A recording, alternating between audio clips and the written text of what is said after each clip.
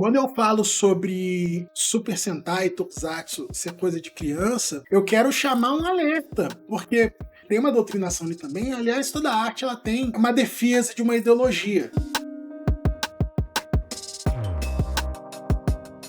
Meu nome é Thiago Cabral, sou psicólogo, professor, escritor e mais um monte de outras coisas. Eu tô aqui hoje para falar sobre duas coisas que eu gosto muito, que é obviamente a psicologia, né? Principalmente aqui a gente vai falar aqui sobre psicologia social, atravessada também pela questão da psicologia preta, mas hoje nós vamos relacionar tudo isso com o Tokusatsu e a cultura japonesa, né? Como tudo isso chegou aqui no Brasil, por que chegou no Brasil, né? E também o que isso tem a ver com a nosso desenvolvimento, né? O nosso que eu falo, a nossa geração de quem no momento da gravação desse vídeo tem entre 30 e 40 anos aí, por que a gente cresceu sendo bombardeado por mídias feitas para crianças japonesas e como isso desenvolveu, né? Ajudou a desenvolver certa parte da nossa identidade, como isso também é uma coisa que talvez seja um pouco distorcida aqui no nosso país. O vídeo é longo, tá, gente? Eu tô fazendo vídeos longos e o pessoal tá gostando. É sinal de que tem muita gente interessada em conteúdo de qualidade. Isso aqui não é o TikTok, né? Os vídeos aqui são extensos, a gente vai bater papo aqui sim sobre muitas coisas interessantes. Então, né, sei lá, não sei se tu tá arrumando a casa, bota isso na televisão, ou então se você tem condições, eu tô pensando em colocar isso disponível também em formato podcast. O que você acha? Bota isso aqui em formato podcast ou não? Deixa um comentário aí. E Nerdola, se segura. Eu vou explicar, cara. Para começo de conversa, a gente precisa falar um pouco sobre quem tá falando. Então, eu acho que a gente sempre parte da impossibilidade de neutralidade. Então, vocês têm que saber quem tá falando, né? Antes de eu expressar aqui minha opinião misturada aí com um pouco dos meus conhecimentos, né? Então, vocês podem ver que eu sou uma pessoa negra, né? Já disse que eu sou psicólogo, quem acompanha o canal sabe muito bem disso. Eu também cresci assistindo Tokusatsu, assistindo anime, né? Fui introduzido aí a essa questão do mundo dos animes pelos Cavaleiros do Zodíaco, né? O Tokusatsu que marcou a minha infância foi o Jaspion, né? Assisti muito Changeman também. E em 2018 eu tive a oportunidade de acessar esse direito que todo mundo deveria ter, que é ter condição de viajar, ter condição de fazer o que quiser, na verdade, né? Não precisa esbanjar, mas eu acho que todo mundo deveria ter condição de fazer aquilo que deseja minimamente, né? Não tô falando de ter uma Ferrari, mas tipo, eu acho que viajar para um país que você gostaria de conhecer, acho que não é nada tão surpreendente assim. Então eu tive acesso a esse direito aí de poder estar viajando para o Japão, né? Junto com a melhor guia turística do mundo, que é minha esposa, que planejou toda essa viagem. E nesse passeio eu tive uma oportunidade incrível também de conhecer os estúdios Toei, que é onde são gravados a maioria dos Super Sentais famosos, assim, que a gente conhece aqui no Brasil. Não são todos os Super Sentais, né, e os Tokusatsus que são feitos pela Toei, né, mas boa parte dos que ficaram famosos aqui são da Toei, né? A Toei também é um estúdio que faz animação. Eles são tipo uma espécie de Rede Globo lá, japonesa. E visitando esse estúdio da Toei, tava tendo uma exposição lá, não sei se ainda tá. Quando eu fui lá, tava tendo exposição de todos os Kamen Riders, né, os uniformes, pelo que o funcionário me falou lá no inglês dele, que a gente não sei se a gente conseguiu se comunicar muito bem, mas eram os uniformes originais usados nas gravações desses Super Sentais e desses Tokusatsu, que no caso eram os Kamen Riders, né? A gente tem vários tipos de Tokusatsu, né? Tokusatsu em japonês basicamente significa filme de efeito especial, então o Godzilla é Tokusatsu, tudo que você vê de filme assim mais exagerado, assim, ou talvez ficção científica, pode ser considerado como Tokusatsu, porque significa simplesmente isso. E aí dentro do gênero Tokusatsu a gente tem a série de televisão, a gente tem os filmes, né, várias categorias de Tokusatsu. Aí, por exemplo, heróis como Jaspion, muita gente não sabe disso. Heróis como Jaspion, por exemplo, o famoso Giban, eles eram considerados Metal Heroes, que geralmente são aqueles super-heróis que se transformam em armaduras robóticas. E dentro dos Metal Heroes também tem subdivisões, né? Você tem os Space Corps, né, que são aqueles caras que são xerifes espaciais. Tem Spilvan também, que ele era efetivamente um detetive espacial. Então, por que eu tô falando esse monte de informação aqui, talvez desinteressante para você, ou muito interessante se você gosta sobre essa questão do Tokusatsu, para vocês entenderem que eu também conheço, eu sei do que eu tô falando, não sou especialista nisso, né? Nem quero ser, mas eu sei do que eu tô falando. Então, nessa viagem, um dos maiores choques que eu tive em relação a toda essa questão que a gente gosta hoje, que a gente lembra com nostalgia, né? A gente leva a sério, né? Até mesmo na nossa vida adulta, foi constatar um fato de que, para mim, depois que eu vi isso, ficou óbvio que essas mídias, pelo menos na época em que elas foram feitas, não estou garantindo hoje, elas são coisa de criança. E lá no Japão eu tive uma visão tão clara disso, porque a gente tem uma dublagem, eu acho que talvez o problema seja esse. A gente tem uma dublagem excepcional aqui no Brasil, né? Os dubladores, eles são assim. Eles não traduzem só o filme, muitas das vezes, né? Quando eu tô falando de uma dublagem bem feita, obviamente. Eles não traduzem só o filme, eles não traduzem só o texto do filme. Eles traduzem uma cultura pra gente. Porque eu vou dar um exemplo bem claro de quando isso não é tão bem feito assim, mas que fica fácil da gente entender. A gente pega os episódios de Chaves, todo mundo conhece o Chaves lá, né, e tudo mais, o Garoto do Barril, e você vê que os dubladores, eles, por exemplo, no episódio que o Chaves vai para Acapulco, aqui no Brasil foi traduzido algumas vezes como o Chaves vai pro Guarujá. Por quê? Porque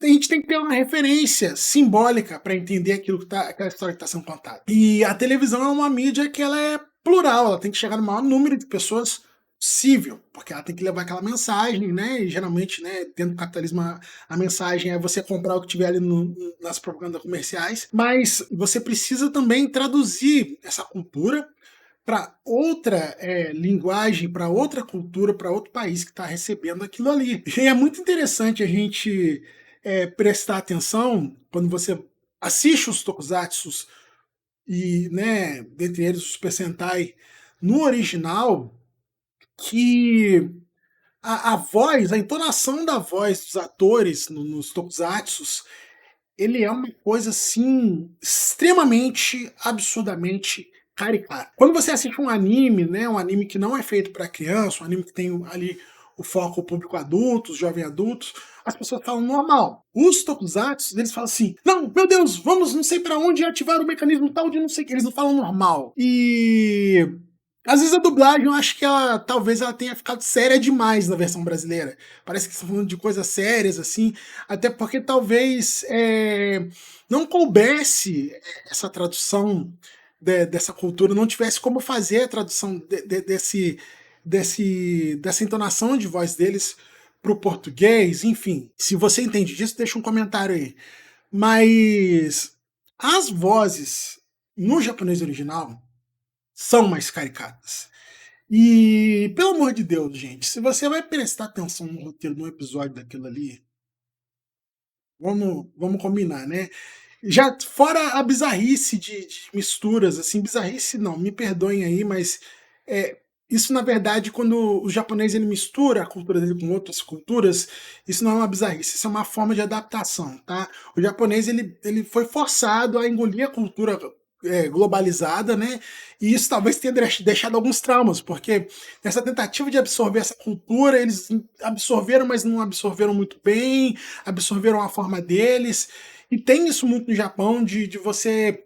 Tem palavras que são de origem inglês. É um negócio assim que talvez não tenha sido legal para eles, mas por que eu falo isso? Eles misturam nos tokusatsu coisas de religiões estrangeiras. Não, o anime também faz isso, mas eles têm uma camada por cima que não deixa a gente prestar tanta atenção nisso, né? Mas eles misturam, tipo, com demônio espacial, ou então eles falam que o cara é um messias do metal, não sei o que, um negócio assim, então eles têm essa dificuldade. E isso fica muito claro, e isso ajuda a gente a entender que essa caricatura que eles fazem, da própria cultura deles, é uma coisa que é para entreter crianças, é uma coisa que é para ensinar valores para crianças. Eu pretendo gravar um vídeo aqui também, no futuro, quem sabe, falando sobre esse arquétipo do herói japonês também, que é sempre aquele cara humildão, que parece até ser meio tolo, ele, tipo assim, é meio bobão e tal, mas ele tem uma resiliência, ele tem uma coragem que é inabalável, que talvez ele esteja sendo tolo, mas ele nunca desiste, ele vai até o final e ele arrisca a vida pelos outros, entendeu? E no Tokusatsu, isso é muito mais exagerado, cara. A maioria das vezes é sempre assim uma coisa fora da curva. O que que isso influencia, né? Vindo para a parte da psicologia preta, né? É, fora do Brasil, a gente tem uma cultura negra muito forte. Muito forte, não digo que a nossa cultura não seja forte, tá, gente? Eu digo que, tipo assim, lá fora houve mais espaço para que a gente pudesse resolver isso. E aqui no Brasil, talvez fosse em matéria de força, de energia, de vontade, você tem até mais que em outros países, mas eu acho que nossas barreiras talvez sejam maiores. E aí vocês estão vendo um homem adulto de 35 anos, negro, com traços claramente negros, né, como é o meu caso, falando de cultura japonesa, que é uma coisa que está do outro lado do mundo, quase que literalmente. Nós estamos assim numa distância geográfica enorme. Pensar nos descendentes de japoneses no Brasil, por mais que eles sejam muitos, né, os descendentes, os próprios imigrantes japoneses, será que eles são a maioria da população igual é a população negra? Então, como que uma coisa como a mídia japonesa foi ter tanto espaço num país negro como o nosso? Então, olha o tamanho da violência, cara. Eu, como garoto negro, eu tive mais chance de me identificar com o Jaspion do que com uma pessoa que se parecesse comigo. Mas será que alguém parou para pensar nisso, entendeu? Quando muita gente vai, né? A gente está no momento, né? Twitter de cancelamento agora, porque muita gente pode comentar, assim, pode ter comentado antes de terminar de assistir o vídeo, inclusive. Pô, Thiago, você é um cara negro que fala de psicologia negra e você foi pro Japão? Tipo, eu já estive na África, né? Já estive na África, mas não na África subsaariana, que é da onde a gente vem, né? Eu estive no Egito. O que que eu tô querendo dizer com isso? Que o nosso imaginário, é importante a gente pensar nisso, que a nossa mente, o nosso comportamento, o que a gente pensa sobre nós, ele é influenciado pelo nosso imaginário. O nosso imaginário são os conjuntos de símbolos, de arquétipos que habitam a nossa cabeça. A gente não poder se identificar com uma pessoa que parece com a gente, ou que vai ter uma origem numa cultura de pessoas que são parecidas conosco, é uma coisa que tem que fazer a gente pensar. Entendeu? Porque quando a gente cria um arquétipo, quando a gente coloca uma figura no nosso imaginário, ela vai ser referência para tudo que a gente for calcular no mundo. Como assim? Ah, eu quero pensar uma referência para um bom médico.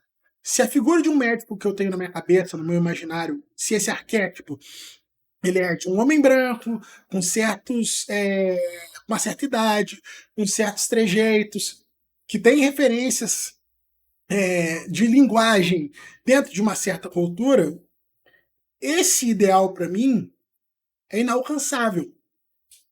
E isso é uma violência muito grande. E você criar um ideal inalcançável na mente de uma pessoa é uma fonte assim muito intensa de sofrimento, é um gatilho que pode causar várias coisas que a gente nem imagina. Então, por exemplo, né, se eu sou um garoto negro que tem esse arquétipo na cabeça do médico, que é um homem branco de meia idade, por exemplo, um homem branco hétero cis de meia idade. Se eu conseguir, contra todas as possibilidades, me tornar um médico, talvez eu nunca consiga achar que eu posso ser um médico bom. Por quê, Thiago? Porque o meu imaginário, o meu vocabulário, né, ele não permite pensar isso. Porque toda a minha criação foi feita, todas as ferramentas que me deram para eu desenvolver minha personalidade não cabem uma pessoa que se parece comigo. É interessante, né, a gente usar esse bait para pegar vocês, para a gente pensar na questão da representatividade nas mídias, né?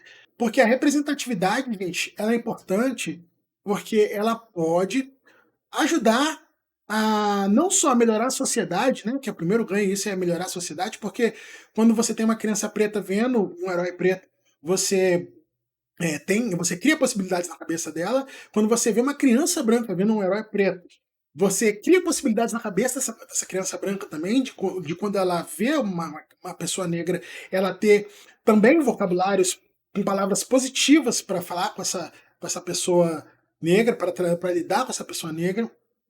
E isso é utilidade pública. Isso é muito importante. Então, quando eu falo sobre Super Sentai e Tokusatsu ser coisa de criança, eu quero chamar um alerta, porque se isso pega a gente, né, se essas outras culturas pegam a gente com tanto mais força que a cultura negra, né, e são mídias feitas especificamente para captar esse público, né? E quando eu disse lá no começo que o objetivo do capitalismo é sempre o dinheiro, mas tem também essa questão da doutrinação para que esse dinheiro seja mantido na mão das pessoas certas. Então, quando eu disse que ia gravar lá o vídeo sobre o herói japonês, é porque tem uma doutrinação ali também. Aliás, toda arte ela tem uma defesa de uma ideologia, porque nós não somos neutros, nós não somos máquinas. Então, existe sim uma defesa de uma ideologia em todo tipo de arte, porque é a ideologia que é daquele artista. Então, eu percebo muito, isso é uma reflexão minha, tá? Que na mídia japonesa sempre tem, para mim, pelo menos, que sou ocidental, talvez fique mais claro, essa doutrinação de como deve ser uma pessoa. Quais comportamentos são justos, quais comportamentos são bonitos, quais comportamentos são louváveis e quais comportamentos eles são feitos assim por pessoas que não são aceitas pela sociedade. Por exemplo, né, gente, eu juro que eu vou gravar esse vídeo aí, mas você tem o protagonista, ele sempre tem um amigo invejoso, né? No caso do Goku lá, é sempre o Vegeta, né? Que é a pessoa que é tão boa quanto o protagonista, mas não tem a mesma perseverança que ele, não tem a mesma vontade, a mesma garra, porque é arrogante. E isso é uma lição de moral para criança japonesa ou para pessoa que estiver assistindo o anime, de que você tem que ser humilde, você tem que ser até tolo, e você não pode desistir nunca do que você quer. Você não pode ser arrogante. E a gente está ensinando valores para as nossas crianças no Brasil que estão completamente fora da realidade delas. Você está assistindo um programa americano, está assistindo um programa, né, até mesmo japonês, aí, como é o caso. E isso está tão escrito tão profundamente na mente das pessoas que vai ter gente que vai ficar ofendido por falar que Tokusatsu é coisa de criança, que Super Sentai é coisa de criança, que Metal Hero é coisa de criança. E isso acontece não só com Tokusatsu, isso acontece também com várias outras coisas, gente. Tem gente discutindo na rede social por causa de He-Man, porque essas coisas são tão importantes, porque elas foram adquiridas por essas pessoas na formação, durante a infância delas, que eles são capazes de brigar. Então, para vocês verem a importância das mídias, né? Por que ser mídia de criança não é demérito? Por que a gente precisa se atentar sim? Talvez essa questão da nostalgia, talvez não seja uma coisa tão boa assim, no sentido da gente ter um preciosismo em relação a certas coisas, e servir também para a gente refletir, né, sobre os nossos afetos em relação a essas mídias, e também para a gente poder consumir coisas também que talvez tragam para a gente a longo prazo saúde mental. Entendeu? Porque quando você é uma pessoa branca e assiste, sei lá, o cara branco lá do Suíte sendo super advogado, você às vezes pode olhar e falar assim, pô, cara, eu quero ser advogado também porque eu posso ser daquele jeito. E para uma criança negra, por mais que ela possa até pensar, eu posso ser igual aquele cara, vai ter uma trava ali, vai ter um bloqueio ali. E muitas das vezes o sofrimento vem dessa pessoa nem saber que bloqueio é esse. Entendeu? Nem saber que esse cadeadinho tá ali. Então, ela bater, bater, bater, bater contra a parede e achar que o problema é ela. Não as coisas que aconteceram em volta dela. Não que a própria pessoa tenha culpa, não, tá, gente? Claro que, falando de psicologia, sempre tem o sujeito ali. Mas, para a gente entender até mesmo o que é do sujeito, o que é do ambiente, a gente precisa conhecer o ambiente à nossa volta. Por isso que eu falo que sempre que não existe psicologia sem contexto social. Gente, vídeo enorme, eu sei, tá? Obrigado por assistir até aqui. Você que ficou até aqui, cara, muito obrigado. Gosta desse tipo de discussão? Deixa um comentário, se inscreve no canal. Tem um sininho aí que você clica, tá, gente? Fica do lado do botão inscrito, que ele te avisa toda vez que eu publicar vídeo novo. tá bom? Então quebra essa pra gente aí, se inscreve no canal que a gente tá sempre publicando conteúdo novo aí. Valeu!